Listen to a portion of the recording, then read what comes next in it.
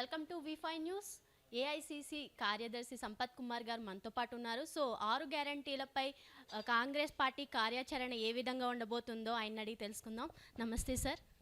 6 గ్యారంటీలపై కాంగ్రెస్ కార్యాచరణ ఏ విధంగా ఉండబోతుందంట? 6 గ్యారంటీలో 2 అయిపోయినాయి. అంటే 33% of the promises are already completed by Congress government in Telangana state. 6లో 2 అయిపోయాయంటే 33% అయిపోయినాయి. ఎట్లా అయిపోయినాయి అనేది మీరే చూసినారు. ఇంకా 4 కూడా అలాగైతాయి. ఎందుకంటే కాంగ్రెస్ పార్టీ టీఆర్ఎస్ పార్టీ లాగానో భారతీయ జనతా పార్టీ లాగానో ఓట్ల కొరకో సీట్ల కొరకో తూతూ మంత్రంగా ప్రజలను మోసం చేసి లేకపోతే లోపభూయిష్టమైనటువంటి కార్యాచరణతో ముందుకు పోదు కనుక 2 అమలు చేసినాం. ఇంకో 4 అమలు చేయడానికి పటిష్టంగా నిరాఘాటంగా కొనసాగడానికి ఏ చర్యలు తీసుకోవాలి, ఇప్పుడున్నటువంటి 10 సంవత్సరాల ఈ అస్తవ్యస్తమైనటువంటి పరిపాలనలో ఏ స్కీమ్ను మొదలుపెట్టినా కానీ మధ్యలో అవాంతరాలు ఎదురుకాకుండా ఎట్లా పోవాలనే దాని మీద చర్చ జరుగుతుంది. తప్పకుండా 100 రోజుల లోపల మిగతా 4 గ్యారెంటీలు కూడా అమలు చేస్తాం. ఎటువంటి సంశయం అవసరం లేదు. కాంగ్రెస్ ప్రభుత్వం ప్రవేశపెట్టిన ఉచిత బస్సు అనేది ఏదైతే ఉందో వాళ్ళ ప్రయాణికులతో మేమైతే బైట్స్ అయితే తీసుకున్నాం సార్. సో చాలామంది అయితే ఉచిత బస్సు అయితే పెట్టారు, కానీ బస్సులు అయితే తగ్గించేశారు అని ఆరోపణ చేస్తున్నారు. మీరేమంటారు? మరి బస్సులు తగ్గేలే. 10 సంవత్సరాల టీఆర్ఎస్ పరిపాలనలో ఆర్టీసీని నిర్లక్ష్యం చేసి ఆర్టీసీ మీద ఏమాత్రం శ్రద్ధ చూపక ప్రజా రవాణా వ్యవస్థను నిర్లక్ష్యం చేయడం వల్ల ఆర్టీసీ కుదేలైపోయింది. ఆర్టీసీ నష్టాల్లో ఉంది. ఆర్టీసీలో బస్సులు తగ్గినాయి. ఆర్టీసీలో ఉన్న బస్సులు కూడా మరమ్మతులు లేక మూలకు పడినాయి. కనుక ఆ బస్సులతోటి మా ప్రజాకర్షక కార్యక్రమాన్ని అమలుపరచడానికి అవాంతరాలు ఏర్పడుతున్న మాట వాస్తవం. అందుకే మొన్ననే చెప్పినారు పొన్నం ప్రభాకర్ గారు, మా రవాణా శాఖ మంత్రి, ఇంకా 2000 బస్సులు కొంటున్నాము. ఈ దురదృష్టకర టీఆర్ఎస్ పరిపాలన నుంచి బయటపడి మళ్ళీ ప్రజా రవాణా వ్యవస్థను పటిష్టం చేయాలంటే బస్సులు అవసరం ఉన్నాయని చెప్పి 2000 బస్సులు కొంటున్నాం. త్వరలోనే ఆ సమస్య కూడా తీరిపోతుంది.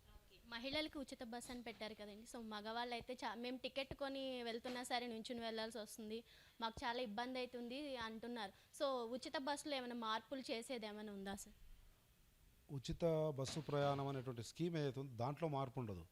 దాంట్లో ఎదురవుతున్నటువంటి అవాంతరాలను అధిగమించడానికి కొన్ని చర్యలు తీసుకుంటాము. దాంట్లో భాగమే కొత్తగా బస్సులు కొనడము, లేదంటే సపరేట్ మహిళల బస్సులు వేయడం, ఈ రకమైనటువంటి ప్రత్యామ్నాయాలు చూస్తామే తప్ప ఆ స్కీమ్ను బంద్ చేయడం అనేది జరగదు. అటువంటిది ఆందోళన కూడా అవసరం లేదు ఎవరికి. సో ఇదివరకు అధికారంలో ఉన్న పార్టీలో చాలామంది నేతలైతే అవినీతి అయితే చేస్తున్నారని చాలామంది ప్రజలైతే ఆవేదన చెందుతున్నారు. కానీ ప్రజల్లో ఒక అపోహ ఉంది, వాళ్ళు వస్తే వీళ్ళని కాపాడతారు, వీళ్ళు వస్తే వాళ్ళని కాపాడతారని. కానీ కాంగ్రెస్ కార్యాచరణలో అలాంటి అవినీతి పరులకు ఏ విధంగా చర్య తీసుకుంటారు? మీరు ఇంతకుముందు చూసినటువంటి ఒక 2-3 దశాబ్దాల రాజకీయాలను చూస్తే అక్కడక్కడ ఆ రకంగా అనిపించడం వాస్తవమే. వీళ్ళు వచ్చి వాళ్ళని కాపాడతారు, మళ్ళీ వాళ్ళు వస్తే వీళ్ళని కాపాడతారని జరిగిండవచ్చు. కానీ ఈరోజు రాష్ట్ర ముఖ్యమంత్రిగా బాధ్యత నిర్వహిస్తున్నటువంటి రేవంత్ రెడ్డి గారి నైజం తెలిసిన తెలంగాణ రాష్ట్ర ప్రజలు ఎవరు కూడా అది నమ్మరు. కట్ త్రోటు కరాఖండిగా ఖచ్చితంగా చెప్పింది చెప్పినట్లు కసితో చేసే నైజం ఉన్నటువంటి నాయకుడు రేవంత్ రెడ్డి గారు. అందుకే కాంగ్రెస్ పార్టీ పీసీసీ అధ్యక్షుని చేసింది. అందుకే ఆయన నాయకత్వంలో తెలంగాణ రాష్ట్ర ప్రజల ఆమోదం దొరికింది. అందుకే ఆయన ముఖ్యమంత్రి అయ్యిండు.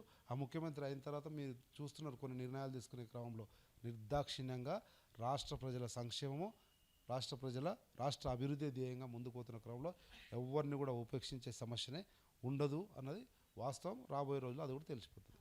సో హరీష్ రావు గారు అయితే 6 గ్యారంటీలు అమలు చేయలేరు, తిరిగి ప్రజలు మా దగ్గరికే వస్తారు, బీఆర్ఎస్ పార్టీ దగ్గరికే వస్తారు అంటున్నారు. మీరేమంటారు? ప్రతిపక్ష పార్టీ నాయకుడిగా ఆ రకంగా చెప్పకపోతే బరాబరు చేస్తాడు. రేవంత్ రెడ్డి నాయకత్వంలో ఒక 20-25 సంవత్సరాలు కాంగ్రెస్ పార్టీ తెలంగాణ రాష్ట్రాన్ని వెళ్తుందని చెప్పలేడు కదా. వీళ్ళంత ఆశ ఎందుకంటే మొన్ననే దిగిపోయారు. ఎప్పుడు మళ్ళీ అధికారం వస్తుందన్నటువంటి ఆతృతలో భాగంగా ఉన్నటువంటి ఏకైక ఆలోచన ఏదో ఒక అడ్డంకి పెట్టి వీళ్ళు దిగిపోవాలి, మేము రావాలనేటువంటి ఆతృతలో నైరాశ్యంలో అధికారం కోల్పోయినటువంటి వేదనలో మాట్లాడే మాటలు తప్ప అటువంటిది ఏముండదు. పటిష్టంగా ఉంది. వాళ్ళలాగా ఎమ్మెల్యేలను కొనుడు, లేకపోతే పార్టీ ఫిరాయింపులు చేసుడు, లేదంటే ఈ ఏమంటారు రాజ్యాంగ వ్యతిరేక ప్రజాస్వామ్య వ్యతిరేక కార్యకలాపాలు చేయాల్సిన అవసరం లేకుండానే సుస్థిరంగా సుభిక్షంగా 5 సంవత్సరాలు ఉంటుంది. ఇంకొక 10-15 సంవత్సరాలకు బాటలు వేసుకుంటుంది రేవంత్ రెడ్డి నాయకత్వంలోని కాంగ్రెస్ పార్టీ తెలంగాణ రాష్ట్రంలో. భూ కబ్జాలు చేసిన వాళ్ళ మీద కాంగ్రెస్ ఏ విధంగా చర్య తీసుకుంటుంది? ఆల్రెడీ చర్యలు స్టార్ట్ అయినాయి. మీరు చూసిరో లేదో మొన్న దుర్గం చెరువు కాజాగూడ చెరువులో ఓ రియల్టర్ ఎవరో రోడ్లు వేసి ఏదో చేస్తున్నాడని చెప్తే ఈమె 24 అవర్స్లో ఆర్ఎండ్బి రోడ్లు వేస్తున్నాడని చెప్తే మా ఆర్ఎండ్బి మినిస్టర్ రెస్పాండ్ అయ్యిండు. ఆ లండన్లో ఉన్నటువంటి రేవంత్ రెడ్డి సీఎం గారు కూడా మాట్లాడినారు. ఇమీడియట్గా భూ కబ్జాలు చేస్తున్న చర్య తీసుకున్నారు. ఆ రోడ్లు వేస్తున్నటువంటి అన్యాయంగా అక్రమంగా వేస్తున్నటువంటి రోడ్లను బంద్ చేశారు. This is Congress party, this is Revanth Reddy government. So parliament ఎలక్షన్స్లో కాంగ్రెస్ పార్టీ ఏ విధంగా దూసుకెళ్ళబోతుంది? మీరే చూస్తూ ఉన్నారు. వాళ్ళేమో ప్రగతి భవన్లో మీటింగ్లు పెట్టుకొని కార్యకర్తల తిట్లను భరించుకుంటూ సమీక్షా సమావేశాల్లో ఉన్నారు. మేమేమో క్షేత్రస్థాయిలో బూత్ స్థాయిలో మా ఎమ్మెల్యే స్థాయి నాయకులు పనిచేస్తున్నారు. రేపు 25వ తేదీ మల్లికార్జున ఖార్గే గారి దిశానిర్దేశంలో వారి సూచనల కొరకు మొత్తం బూత్ లెవెల్ ఏజెంట్లు అయితే 45,000 మంది తెలంగాణ రాష్ట్రంలో ఉన్నారో వారితో సమావేశాన్ని ఏర్పాటు చేస్తూ పోతాం. అట్లా top to bottom Congress parliamentary ఎన్నికల కార్యాచరణ పెనట్రేట్ అయి ఉంది. అంటే క్షేత్రస్థాయికి దూసుకుపోతూ ఉంది. మొన్న వచ్చినటువంటి పర్సెంటేజ్ ఆఫ్ ఓట్స్ కానీ మొన్న వచ్చినటువంటి సీట్ల కంటే ఎక్కువగా పార్లమెంట్ ఎన్నికల్లో మా పర్ఫార్మెన్సు ఇంకా ఈ 6 గ్యారంటీల అమలు కానీ ఈ 2-3 నెలల పరిపాలన చూసి ఇంకా ఎక్కువ సీట్లు వచ్చే అవకాశం ఉంది.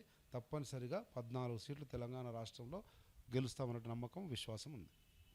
సో రైట్, చూసారు కదండి సంపత్ కుమార్ గారు చెప్పిన విషయాలు. సో ఇలాంటి విషయాలు, మరిన్ని విషయాలు తెలుసుకోవడానికి చూస్తూనే ఉండండి V5 న్యూస్.